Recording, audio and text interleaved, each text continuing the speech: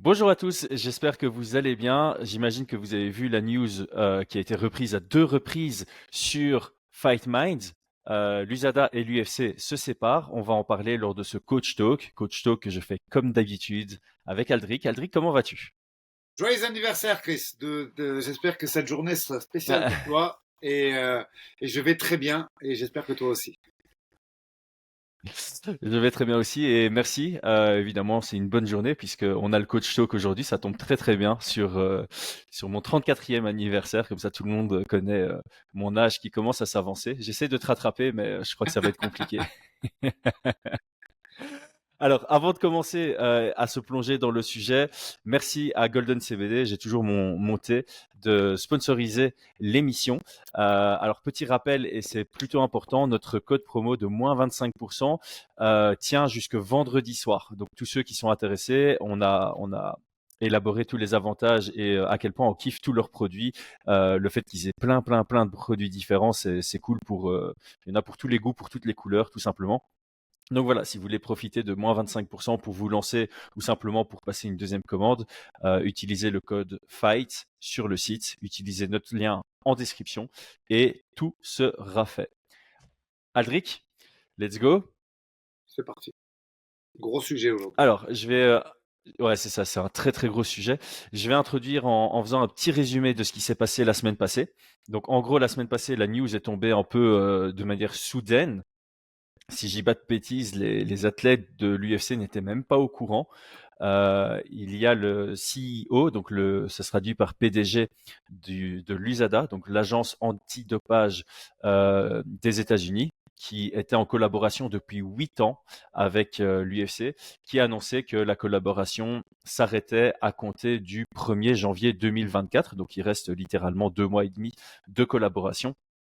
Euh, alors, comme d'habitude, à tout conflit, il y a minimum deux versions et la vérité se trouve généralement quelque part entre les deux versions. Donc, ce qu'on a entendu du côté de l'USADA, c'est qu'ils avaient eu un meeting au mois de mai qui annonçait de belles choses pour l'avenir de la collaboration, mais que finalement, ben, c'était un peu coupé court, notamment à cause de Conor McGregor, que l'USADA semblait dire que l'UFC voulait que Conor McGregor passe entre les mailles du filet avec des exceptions et que l'USADA est resté droit dans leur position en disant on ne gère pas notre business avec des exceptions. Conor McGregor devra rentrer dans le pool pendant 6 mois minimum et faire 2 tests minimum avant de pouvoir être éligible au combat. L'UFC a réagi directement dans les 24 heures. Ils ont fait une longue conférence de presse avec Jeff Nowitzki, qui est le vice-président du département santé et performance de l'UFC, je dois tout faire de tête, et Hunter Campbell, qui est le CBO de l'UFC. Conférence de presse d'1 heure et demie, je pense, au cours de laquelle ils ont complètement trashé l'USADA.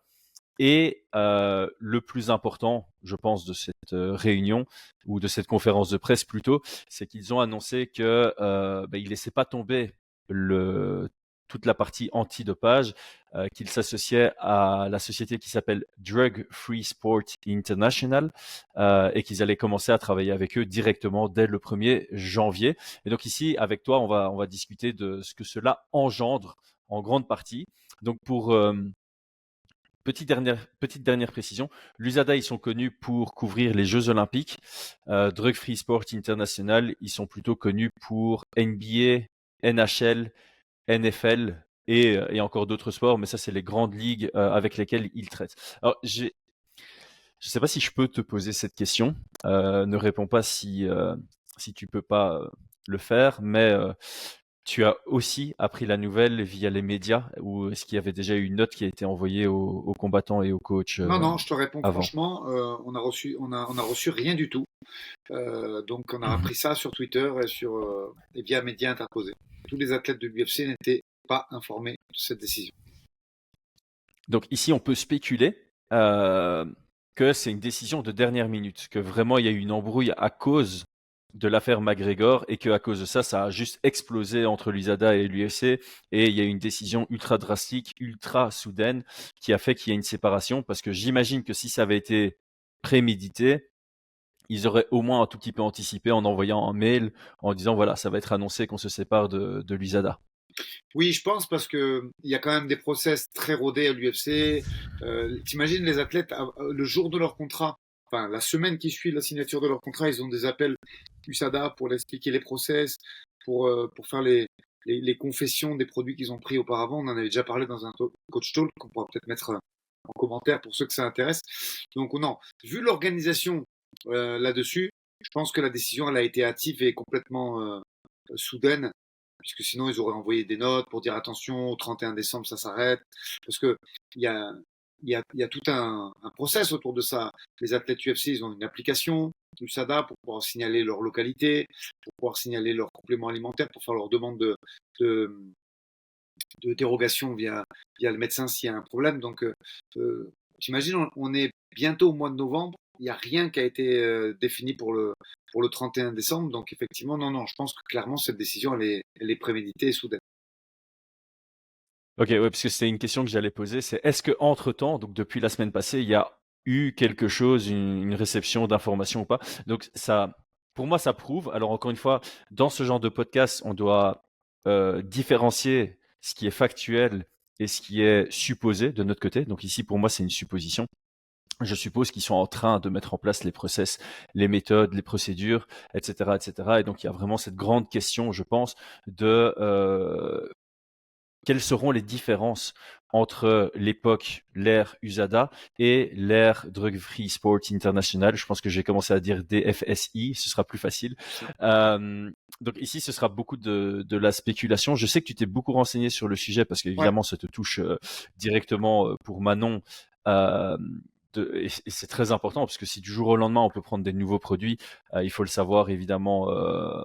Il faut en être conscient aussi, savoir si on continue vers un nettoyage du sport ou si on commence à réouvrir certains robinets, c'est important de le savoir. Euh, Comment est-ce qu'on va structurer ça?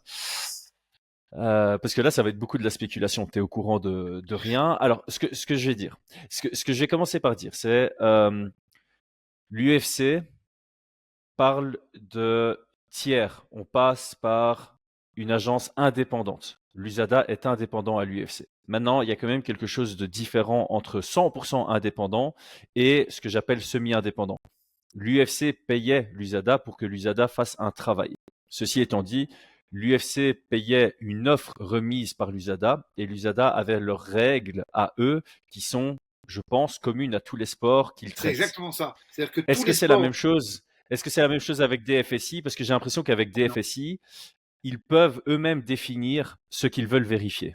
c'est ça. C'est-à-dire que l'USADA, que ce soit l'athlète de l'UFC ou l'athlète qui prépare le triple saut ou le saut à la perche pour les Olympiques, il est traité à la même enseigne. Euh, J'entends par là que la liste des produits euh, interdits et autorisés est la même. Euh, la liste des dérogations que tu peux demander par ton médecin est la même et les suspensions sont identiques. C'est-à-dire que quand tu es à l'USADA, que tu sois un athlète qui prépare les JO ou un combattant de l'UFC, tu es logé à la même enseigne. La différence là, en Hmm. ayant un petit travail, alors c'est un travail de 10 jours hein, pour l'instant, c'est pas une thèse que j'ai fait là-dessus, mais si tu veux, en m'intéressant un petit peu aux différents protocoles et, qui se passent à la NBA, à la NHL, ils font aussi le NASCAR, donc les pilotes de rallye, tu te rends compte qu'en fait que c'est à la carte. Alors attention, j'insiste parce que c'est à la carte, mais c'est pas non plus la débandade. Si pour ceux que ça intéresse, tu tapes NFL Prohibited List Product et tu te rends compte qu'il y a beaucoup de choses qui sont interdites euh, et que les joueurs sont contrôlés de façon euh, récurrente et qu'il y a un réel travail qui est fait. Par contre, effectivement, c'est à la carte. C'est-à-dire que selon les besoins de l'organisation, il y a certains painkillers qui sont autorisés dans une ligue et pas dans d'autres.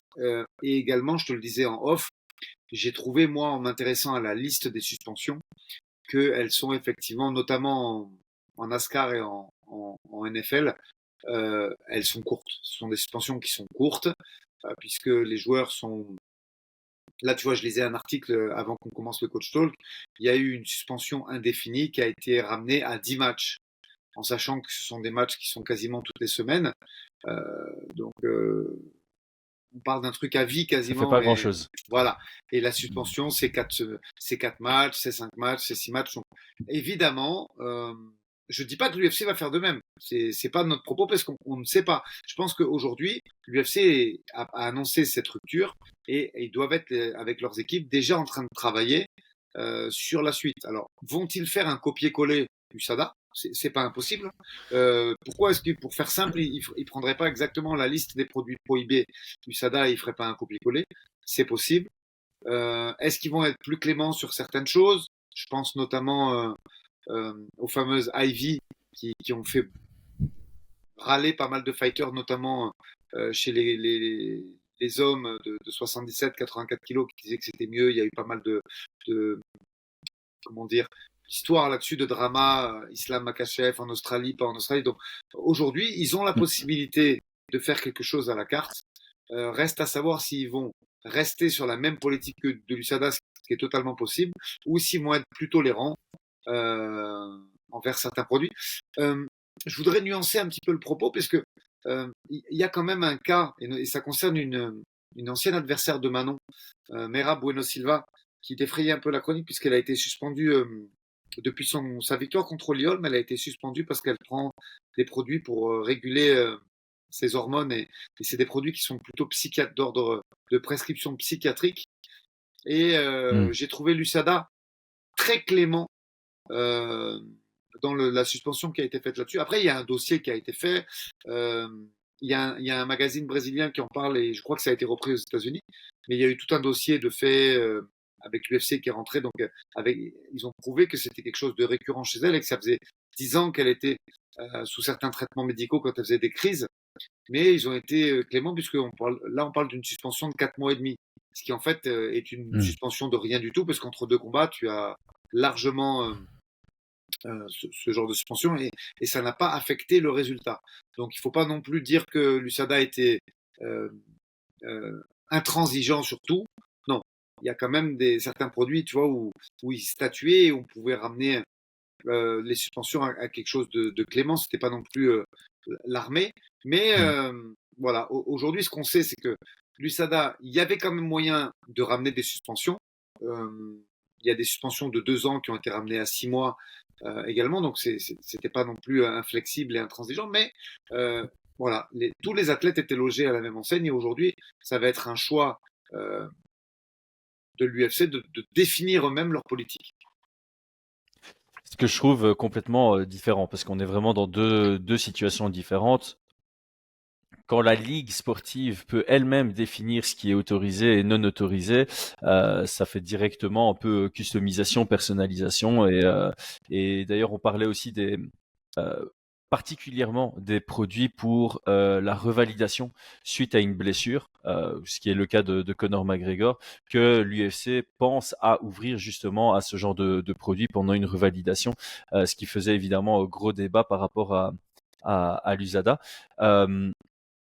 Et je trouve ça effectivement différent dans le sens où, comme je le disais, à la base, c'est l'USADA qui disait à l'UFC, voici nos règles, voici notre tarif, vous nous payez et on fait ça. Du côté de DFSI, ils vont pouvoir dire, OK, voici les règles que vous devez suivre et nous, on vous paye juste pour aller C'est ça. tester, nous remettre les résultats et c'est nous qui gérons la procédure. À la limite, j'ai même l'impression que c'est l'UFC qui va eux-mêmes définir les sanctions ou en tout cas donner les recommandations auprès de DFSI pour dire en cas de prise de ce produit, ceci est la suspension. Et donc c'est intéressant parce que ce que tu dis, c'est que on pourrait voir une liste de produits interdits qui change. Ça peut évoluer, donc ça peut soit s'agrandir, ça peut rester la même s'ils veulent copier-coller, ou ça peut se réduire. Au même titre que les seuils peuvent changer aussi, j'imagine. Les seuils peuvent changer, la tolérance des produits peut changer, et pour être totalement honnête, puisqu'on a toujours pris ce cap sur Fight Minds, je sais que ça va faire jaser, mais euh, c'est beaucoup plus opaque. Il faut reconnaître ça, c'est-à-dire que si aujourd'hui, que ce soit UFC ou tout autre sport couvert par l'USADA, si tu veux savoir si un athlète a été dopé et quels athlètes ont été dopés, il y a des tableaux très précis parce que l'USADA est entièrement transparent là-dessus. Donc tu as le nom de l'athlète, la date où ça a matché et les produits qui ont été qui se sont révélés dans son sang ou dans ses urines. Donc tu peux tout savoir. Force est de constater qu'aujourd'hui, avec le concurrent, j'ai pu me documenter via des articles de journalistes, via des communiqués de la fédération, mais c'est beaucoup plus, je ne vais pas utiliser le mot sombre, mais c'est beaucoup plus compliqué effectivement d'avoir des informations officielles de la part de cette agence antidopage. Ça, c'est une réalité aussi. Hmm.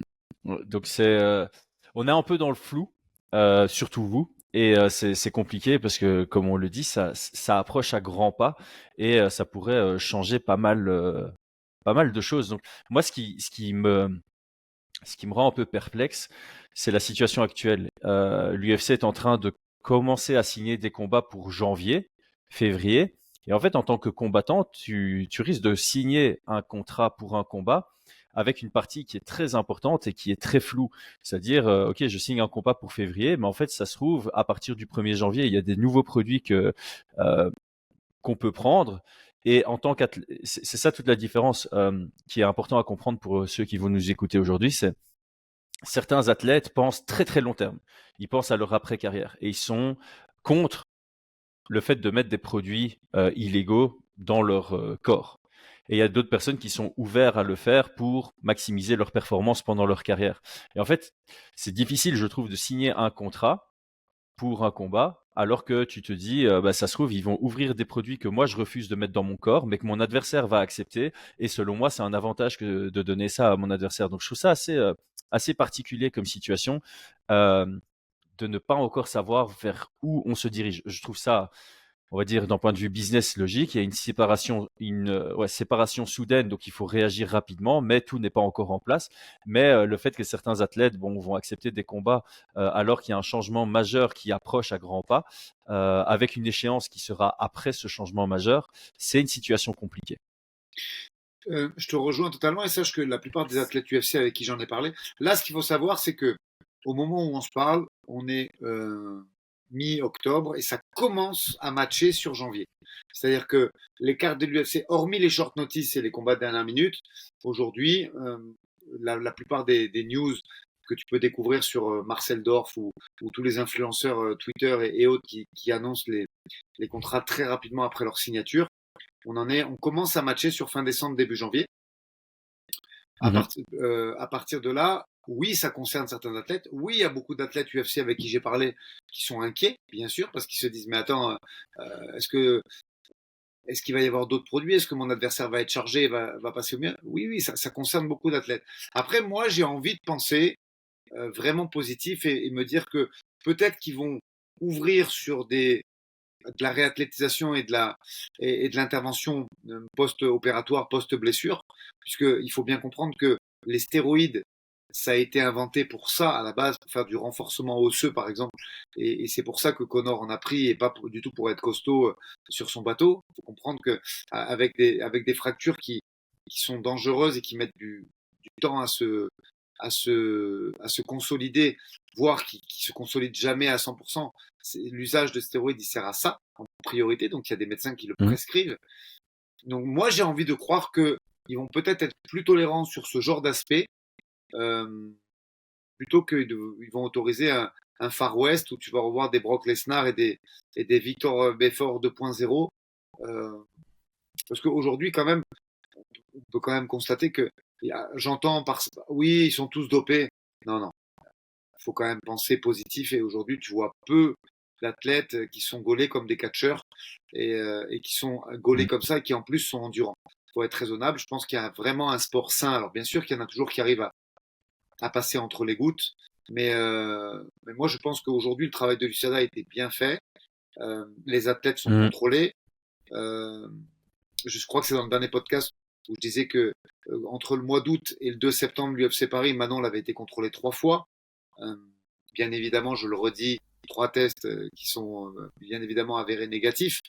Donc je pense que l'USADA faisait un bon travail et je vois pas pourquoi l'UFC le révolutionnerait comme ça et chamboulerait tout ça.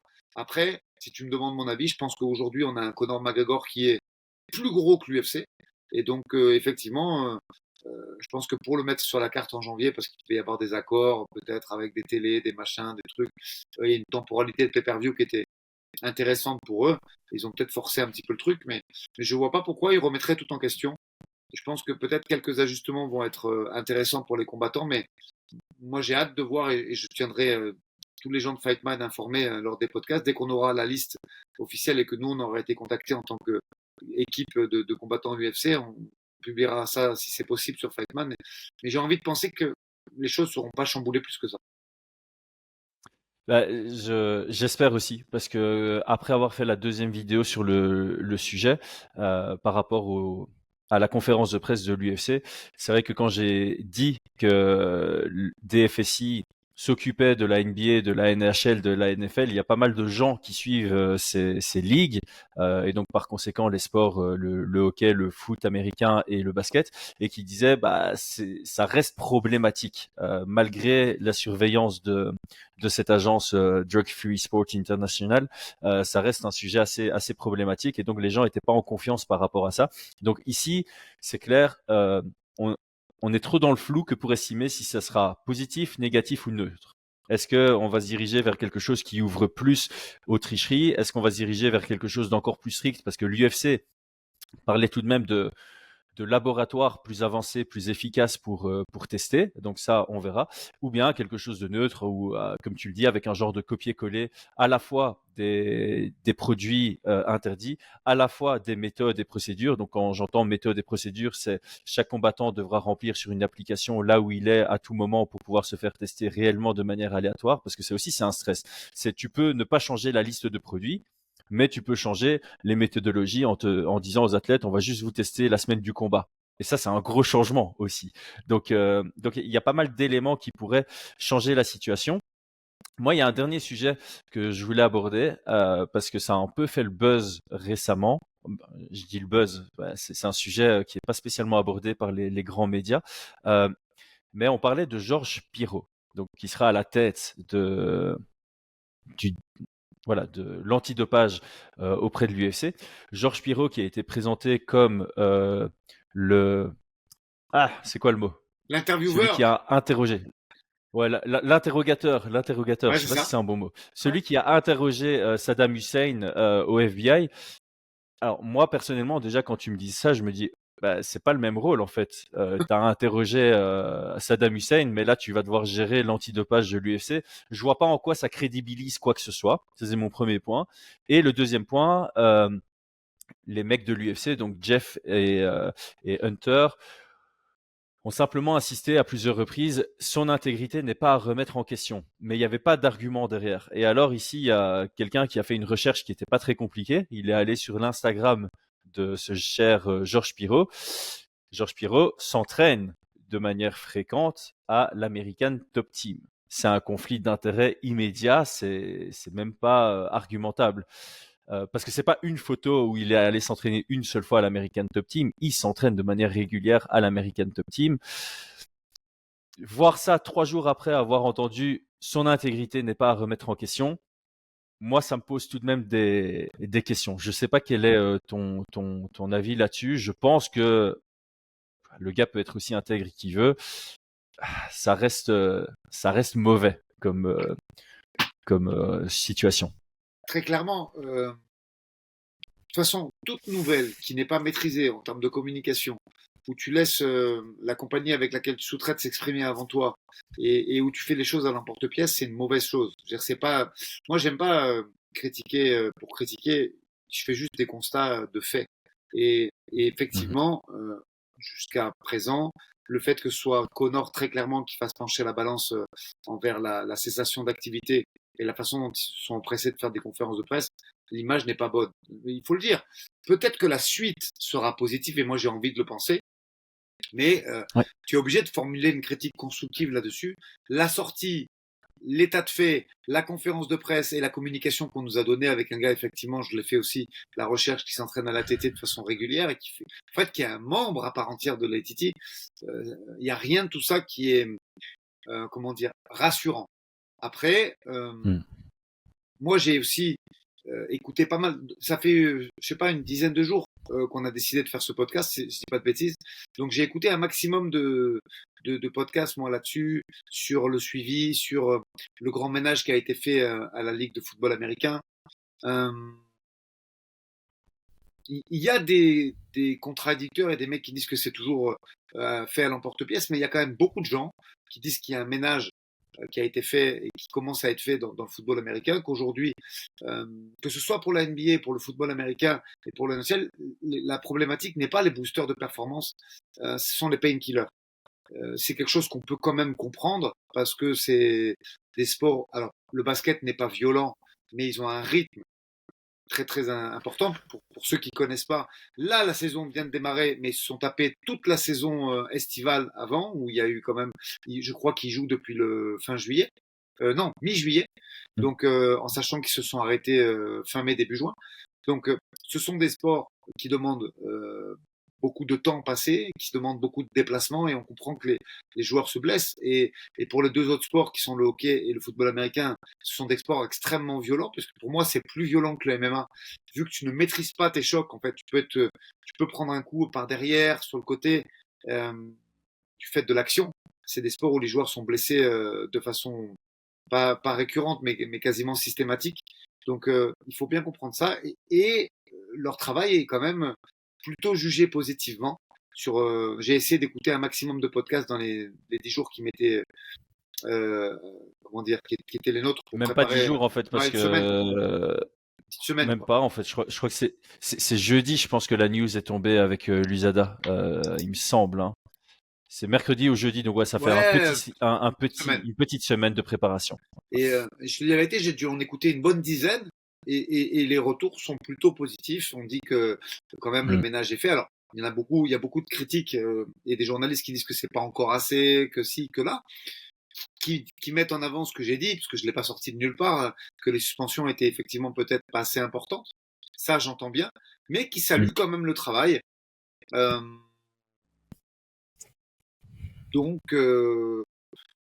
ouais, moi, je reste positif malgré tout et je pense qu'il y a un travail qui peut être très intéressant.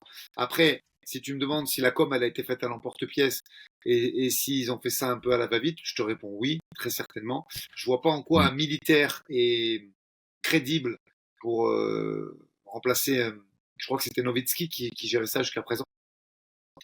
Euh, Ouais, c'est Nowitzki du côté de l'UFC qui gérait l'interaction avec c'est ça. l'USADA, et du côté de l'USADA, bah, c'est un tiers qui est indépendant et donc considéré comme neutre, au même titre que Georges Piro est indépendant et ne dépend pas de l'UFC, mais ici, bah, il a prouvé qu'il n'était pas à 100% neutre puisqu'il s'entraîne dans une écurie qui comporte beaucoup de combattants à l'UFC, parce que il y a rien de mal à ce qu'il s'entraîne en MMA. Le problème, c'est qu'il s'entraîne en MMA dans une équipe où il y a beaucoup de combattants UFC. A priori, s'il veut être 100% neutre, il devrait être dans une écurie bah, sans le moindre combattant UFC, avec Après, aucun lien peut-être vers un qu'il va combattant ou un partir, coach tu vois. UFC. Peut-être qu'il va partir. Il faut laisser les choses se faire. Je pense que, Ouais. à mon avis, de façon obligatoire, je pense que mi-novembre, début décembre, ils auront établi une politique définitive puisqu'ils vont devoir informer les fighters, les coachs et les responsables euh, des fighters qui sont nominés sur les feuilles et sur les contrôles antidopage. Mm. Donc, on verra. Peut-être que d'ici là, il aura quitté son équipe. Moi, j'ai envie de penser que ça va rester quelque chose de positif malgré tout, même si les raisons Mhm. qui ont initié ça ne sont pas bonnes, clairement, puisque force est de constater que je pense que Connor est responsable à 95, voire 19% de ce différent. Après, c'est ce qu'on dit tout le temps. Les mauvaises nouvelles, les mauvaises situations, les mauvaises raisons, ça arrive tout le temps dans la vie. Il y a pas mal de quotes un peu clichés qui disent la vie, c'est 1% ce qui t'arrive et 99% ce que tu fais de ces situations. Ici, c'est un peu la même chose. Voilà, la séparation, elle est soudaine, c'est pas du tout optimal, c'est pas du tout productif, on va dire. Mais la façon dont tu réagis à ça peut apporter plus de positif. Maintenant, ça dépend de ce que tu en fais. Et je pense que si on veut synthétiser un peu tout ce qu'on a dit ici, il y a plusieurs points importants. Donc le premier point important, évidemment, pour moi, c'est l'intégrité slash la transparence. Tu peux pas avoir de conflit d'intérêt. Tu dois tester tout le monde sur les mêmes règles. Tu dois avoir des règles qui sont valides pour tous les combattants à l'UFC. Ça, c'est pour moi, c'est la base de la base. Le deuxième point important, c'est qu'est-ce que tu testes? Donc, par rapport à l'USADA, il faut soit que ce soit la même chose, soit que ce soit amélioré. Et tu peux enlever des produits avec un justificatif. Par exemple, tu parlais de Connor avec les stéroïdes pour revalider. Tu pourrais avoir une règle qui est temporelle, dans le sens où si quelqu'un se brise un os, on lui autorise le temps de sa revalidation à prendre des stéroïdes, mais dans ce cas-là, ça s'arrête à tel moment précis et il ne peut plus combattre sur l'année qui suit parce que voilà, il y a moyen de trouver des justificatifs, je trouve. Donc, si tu utilises des stéroïdes pour ta revalidation, mais que tu n'en tires pas bénéfice parce que tu es incapable de t'entraîner correctement sous stéroïdes, on peut considérer que c'est pas une triche, que c'est juste pour le côté purement santé et pas pour le côté performance. C'est là où il faut distinguer vraiment. Il faut penser à la santé des athlètes. Donc, on peut leur autoriser des produits pour le côté santé, mais dès le moment où on passe au côté performance dans la préparation, bah, ça doit être coupé à ce moment-là. Et donc, il y a peut-être des règles à adapter comme ça qui pourraient un peu mieux jongler. Et ce qui a été critiqué par rapport à l'USADA, c'est avoir une meilleure gestion de l'intervalle santé-performance. Donc, il y a la partie intégrité, il y a la slash transparence, il y a la partie quel produit tu interdis, sous quel seuil, etc., etc. Il y a la partie comment est-ce que tu fais tes tests, donc la procédure. Avec l'USADA, j'aimais bien parce que, alors je sais qu'il y a des combattants qui se plaignent, hein, on vient sonner à 6 heures du matin chez moi, etc., etc. Mais en même temps, si on te prévient quand on vient te tester, bah, ça enlève de la qualité des tests et ça nettoie moins bien le sport. Donc il y a aussi cette partie-là. Comment est-ce qu'ils vont tester? Est-ce que ce sera aussi aléatoire? Ça rentre en jeu. Et le dernier point qui est très important, on en a parlé aussi, c'est les sanctions. Si toutes tes sanctions, elles sont moins graves, on te dit, bon, si tu prends des stéroïdes, on te suspend pendant 2 mois. En MMA, ça a aucune valeur et donc tout le monde va commencer à prendre des produits parce que si je me fais choper, c'est pas grave, j'ai 2 mois de suspension. Après ça, j'en tire bénéfice sur mon combat 3 mois plus tard. Donc il y a ça aussi qui est important. Et je pense que ça synthétise un peu tout le sujet Ouais. ici. Après, moi, j'ai une dernière information. J'ai fait un double travail pour ce coach talk. Je me suis aussi amusé à regarder les interactions avec les pays hors États-Unis. Et là, ça pose un gros problème. Ils peuvent pas. Ils peuvent essayer d'adapter certaines choses et de, comment dire, mais je pense pas qu'ils puissent révolutionner le truc. Et j'explique pourquoi. Euh, Quand il y a eu l'UFC Paris, on a reçu au mois d'août des notes de l'USADA en disant attention, c'est la FLD qui sera susceptible de tester les combattants lors du gala, ce qui n'a pas été le cas. Je ne sais pas pourquoi, mais ça par contre je donne un scoop aux gens qui nous écoutent. Le soir du gala, les tests ont été effectués par l'USADA. Cela étant, on avait reçu cette note en disant voilà, attention, il y a quelques différences entre la FLD et l'USADA, veuillez en prendre note. Et il y avait une liste de produits qui sont prohibés par la FLD et autorisés par l'USADA qui nous avait été communiqués. Il en est de même pour l'Australie. Tu te rappelles, ça avait fait couler beaucoup d'encre lors du premier Islam Volkanovski. Il y a des règles de réhydratation différentes puisque le temps minimum entre la pesée et le fight est beaucoup plus court. Et il y a des choses qui sont complètement prohibées via la Fédé australienne. Donc, mon discours est le suivant. Ils peuvent peut-être, en tout cas pour les athlètes qui n'opèrent que sur le sol américain, effectuer quelques changements. Qu'est-ce que ça va changer? Je prends le cas d'un Connor. S'il veut se faire soigner, il ira aux États-Unis et reprendra la coupe. Mais ils peuvent pas non plus tout changer. Pourquoi? Parce que tant qu'ils sous-traitent, entre guillemets, mais quand je dis sous-traiter, le terme n'est pas le bon, mais quand ils vont en France, ils travaillent avec la FMMAF. Et la FMMAF, elle est régie par la FLD. Donc, quoi qu'il arrive, les athlètes américains qui viendront sous le sol français seront susceptibles d'eux, et c'est bien dans les règles du code du sport, être contrôlés lors de la Fight Week par la FLD. Et il en va de même avec l'Australie. Avec les règles de la FLD. Oui, et oui, Chris. Et c'est dans le code du sport, Ah ça. waouh, ok. Donc, où ils révolutionnent tout, ils passent plus par aucune fédé et ça devient comme du catch, mais ça me paraît vraiment impossible, vraiment impossible. Où ils sont quand même obligés de rendre une copie qui ressemble à la précédente de façon à pouvoir travailler en coordination avec les fédérations étrangères qui sont déjà régies par des organismes antidopage nationaux. Hmm. Très important comme nuance. Très très important. Donc la suite, c'est ça, c'est qu'ils vont devoir travailler en coordination avec ça. Donc ils peuvent changer quelques trucs, notamment sur les postes blessures, puisque ça, au pire Hmm. des cas, ils diront aux athlètes d'aller se faire d'aller faire leur convalescence aux États-Unis, ils en ont les moyens. Je l'avais déjà dit lors d'un coach talk, moi, ils m'ont proposé que Manon, tout de suite, c'est-à-dire 15 jours post-opération, aille à Las Vegas afin d'être pris en charge par l'UFC Performance Institute. Et ça, pour n'importe quel combattant de l'UFC, c'est quelque chose d'envisageable. Donc, ils peuvent effectivement être plus cléments sur certaines choses, mais compte tenu de ce que je viens de dire précédemment, je ne pense pas qu'ils puissent tout révolutionner. Sinon, ils font plus d'UFC à l'étranger. Alors. Et je pense qu'aujourd'hui, leur développement, il est hors US. Quoi. Non, ils sont obligés. Enfin, par rapport à leur business plan, business model, pardon, ils sont obligés de continuer à faire des UFC à l'étranger. Je pense pas que ce soit ça leur source principale de revenus, mais le fait qu'ils voyagent, il y a une vraie raison de développement derrière. Surtout maintenant avec l'implémentation notamment du PFL Europe, avec PFL Afrique qui arrive là, en 2025, l'UFC a tout intérêt à continuer à fournir de beaux événements en Europe pour garder un peu ce statut sur tous les continents. Mais c'est très intéressant aussi de faire cette distinction que il y a cette question de est-ce que les règles sont les mêmes pour tous à tout moment, ou est-ce que le fait que tu t'entraînes sur un territoire ou que tu ailles combattre sur un territoire change les règles. Ça, c'est effectivement une très très grosse notion parce que le but normalement de ce genre d'action antidopage, c'est que tous les athlètes soient mis sur un pied d'égalité et que quand tu rentres dans la cage, ton adversaire a été contraint aux mêmes règles que toi à tous les niveaux.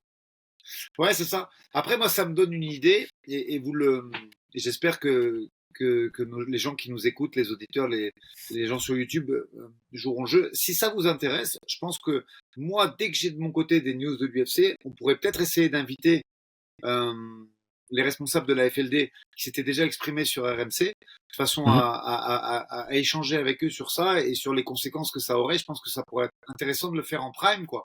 C'est-à-dire que une fois qu'on a reçu le protocole de l'UFC, ça c'est moi qui vais le recevoir et je pense que je serai parmi les premiers. Il serait intéressant d'inviter les gens de la FLD pour voir ce qui peut ou ce qui va se passer lors des événements qui seront organisés sur le sol français. Ce serait très intéressant et évidemment, moi, je suis preneur de ça. Donc, Ouais, on dites-nous va en le faire, on va le commentaire faire. si ça vous intéresse également. Mais je pense à ça, c'est clair que ça serait bizarre quand même que on ait des règles différentes sur base du pays. Ça fait un peu genre, je rentre dans la cage contre quelqu'un, lui, il peut utiliser son jab et moi pas. Tu vois, c'est un peu ça. Et tu te rends compte, ça, J'exagère évidemment, non, mais mais ça voudrait dire que l'AFLD pourrait faire une suspension de l'athlète sur le territoire français, mais que l'athlète serait autorisé à combattre. Non, c'est quand même très compliqué. C'est quand même très compliqué, mais ça voudrait dire quoi? Ça voudrait dire que le mec, il est suspendu en France, mais 2 mois plus tard, tu le vois enfin 3 mois ou 4 mois plus tard, tu le vois sur le sol américain, mais il peut toujours pouvoir combattre en France parce qu'il a pris 2 ans. Enfin, tu comprends le truc? Je pense que quand même, ouais, ils non, sont. Vas-y, c'est une vas-y. organisation internationale. Il faut que les sanctions soient internationales. Il faut que les règles soient internationales. Et comme on dit dans les multinationales en entreprise, ce sont des projets transversaux. On appelle ça comme ça. C'est vraiment un projet qui touche tout le monde sur un pied d'égalité, sans la moindre modification euh, par pays. Donc ça, c'est effectivement très important. Il faudra le suivre de près parce que ça, imagine quoi, il y a des combattants qui, à mon avis, seraient prêts du coup à aller s'entraîner dans un autre pays juste parce que dans ce pays-là, ils ont droit à un autre seuil sur un produit ou carrément un produit qui est pas autorisé là où ils sont. Ils vont aller là-dessus. Enfin, ça deviendrait un grand bordel et ça, ce serait par contre un pas en arrière par rapport à la situation USADA. Donc maintenant, pour résumer tout ce qu'on a dit, on est trop dans le flou que pour pouvoir évaluer si c'est une bonne chose, une mauvaise chose ou simplement une chose. Mais on peut avoir de l'espoir pour que ce soit neutre, soit positif. Ça pourrait s'avérer négatif, mais jusqu'à présent, on doit garder espoir pour que sur du court, moyen et long terme, ce soit plus positif, malgré que cela ait été aussi soudain et aussi tardif dans l'année aussi, parce que tu nous annonces une news comme ça en février en disant ouais, on arrête de travailler avec eux en décembre, tu sais qu'ils ont le temps de se retourner. Là, le timing est pas extraordinaire, quoi. C'est ça. Et je pense que du coup, ils peuvent pas chambouler. Mais ouais, allez, je pense que d'ici un mois et demi, on sera capable d'avoir une vision globale là-dessus et de voir les changements qui ont été opérés. qui, je pense, moi, seront infimes. Vraiment, je vois Hmm. pas comment ils pourraient révolutionner le truc comme ça. Ça remettrait trop de choses en question, notamment l'expansion hors USA. Hmm. Et ok, bah alors je pense que là on a fait le tour du sujet. Moi je voulais juste finir avec quelque chose de très générique par rapport à cette situation, mais qui s'applique aussi à d'autres situations. Je trouve que dans des situations de conflit comme on a entre l'UFC et l'USADA, je sens quand je lis des articles ou quand je regarde des vidéos que tout le monde cherche à avoir un méchant et un gentil. Et la réalité, c'est que de temps en temps, il y a deux gentils avec un conflit ou deux méchants avec un conflit ou réellement un gentil et un méchant. Et on peut jamais croire réellement ce que dit un parti ou l'autre parce que les deux vont communiquer de sorte à mettre leur situation à leur avantage. Et la vérité se trouve, comme je le disais en début de podcast, un peu entre les deux. Donc c'est pour ça que vous l'aurez senti au cours de ce podcast, on ne sait pas, enfin, j'ai l'impression en tout cas qu'on ne s'est pas positionné du côté de l'USADA. On ne s'est pas spécialement positionné du côté de l'UFC pour autant. On a essayé d'élaborer les faits qu'on a pu trouver. Par exemple, un fait duquel on a parlé, c'est ils ont annoncé que Georges Spiro prenait le lead dessus et on a vu factuellement sur Instagram que Georges Spiro s'entraînait à ATT. Et sur base de faits, on a élaboré notre opinion. Et je pense que c'est important de le dire ici que voilà, dans cette situation, on n'a pas voulu prendre parti parce que ce qu'on nous dit et certainement ce que l'UFC nous dit et ce que l'USADA nous dit, ils le disent de manière à se mettre en avant par rapport à l'autre en essayant de dire c'est lui le méchant, c'est moi le gentil. Et ici, bah, on peut pas vraiment connaître la réalité, on peut juste se concentrer sur ce qui est vrai. Ce qui est vrai, c'est qu'ils se séparent. Ok, quelle est la suite? À la limite, on s'en fout de qui est en tort de la séparation. Tout ce qui compte, surtout pour toi et Manon, c'est qu'est-ce qu'ils vont faire aujourd'hui, qu'est-ce qu'ils vont mettre en place aujourd'hui pour euh, que la situation ne change pas trop, ne chamboule pas trop le sport et continue dans cette phase de progression, de nettoyage du sport, parce que c'était vraiment ça l'objectif de la collaboration USADA-UFC. C'est l'USADA l'avait très bien dit et j'avais bien aimé. On veut que quand deux athlètes rentrent dans la cage, ce soit de manière propre sur les mêmes règles. Et c'est vraiment cette ligne de conduite, je pense, que l'UFC doit continuer à suivre. Oui, et puis, allez, je vais pas me faire des copains en disant ça, mais tu sais que je m'en fous et que je dis toujours ce que je pense. J'invite les gens, tant que ces tableaux existent encore, à aller voir, justement, taper sur Google usada.ufc.suspension. Pourquoi je dis ça? Parce qu'aujourd'hui, on milite pour un sport propre. On a vu que, euh, je vais accuser, mais c'est pas une accusation, ce sont des faits. Les combattants brésiliens, de par leur nombre, je tempère quand même mes propos, de par leur nombre. C'est-à-dire qu'aujourd'hui, il y a énormément de combattants brésiliens. On peut voir qu'il y a beaucoup de chocs Brésil contre Brésil, que ce soit en féminin, en masculin, c'est quelque chose qui arrive de façon euh, récurrente. Et aujourd'hui, ces combattants, on sait qu'ils sont souvent impliqués. Toujours pareil, c'est pas des suppositions, c'est des faits impliqués sur des affaires de dopage. Ne serait-ce que je vous invite à aller voir ce tableau ufc.usada.suspension. À partir de là, il faut absolument que la politique soit maintenue et qu'il n'y ait pas de possibilité de par leur éloignement géographique, parce que on sait qu'il y a plus de la moitié de ces combattants qui s'entraînent chez eux, et il ne faut pas que ça puisse, notamment dans le MMA féminin, ou dans le top 15 de l'UFC, on peut recenser 5 ou 6 brésiliennes facilement en flyweight, et je pense que c'est à peu près pareil en stro, et peut-être même plus important en 61, en Batam. Donc voilà, il faut que ce sport reste propre, il faut qu'on puisse continuer à tenir ça. Je pense que le bilan de l'USADA est très bon. Euh, N'en déplaise aux Vitor Belfort et autres Johnny Hendricks qui ont terminé leur carrière de façon très mauvaise compte tenu de ces tests. Tu vois, si on se posait la question de est-ce que c'est efficace, il suffit de regarder la carrière de ces deux combattants pré et post-USADA. Et à partir de là, voilà, il faut que non, ils ne sont pas tous dopés, comme je lis des fois sur Twitter. Non, c'est faux. Le sport est propre, j'ai envie de le penser et je le crois sincèrement. Et il faut qu'il continue à rester comme ça. Et il faut quand même saluer le travail positif de 2016 à 2023 qui aura été fait par l'USADA, parce que je Hmm. pense vraiment que le travail a été très positif. Exactement, je pense que c'est important de le souligner. Tout ce qu'a fait l'USADA jusqu'à présent, c'est du bon taf. Est-ce que ça aurait pu être mieux? Certainement. Est-ce que ça aurait pu être pire? Certainement aussi. Mais en tout cas, ça a envoyé le sport dans une très très bonne direction selon moi. Et j'espère que le travail sera dans cette continuité-là avec DFSI. Et j'aimerais qu'on termine, parce que j'ai complètement oublié de te poser la question par rapport à ça, j'aimerais qu'on termine sur la déclaration de le GOAT du Jiu-Jitsu. Je vais revenir sur son Gordon Ryan. Gordon Ryan qui lui est carrément pour les produits dopants dans le monde du MMA parce que ça offrira un meilleur spectacle, c'est meilleur pour la santé, c'est meilleur pour la récupération, les athlètes seront en meilleure santé, blablabla. Moi personnellement, dans un sport où on se frappe dans la tête, je suis pas pour ça. Je suis pas pour recevoir des coups d'une force surhumaine dans le visage et de faire basculer le cerveau comme si on prenait réellement des accidents de voiture.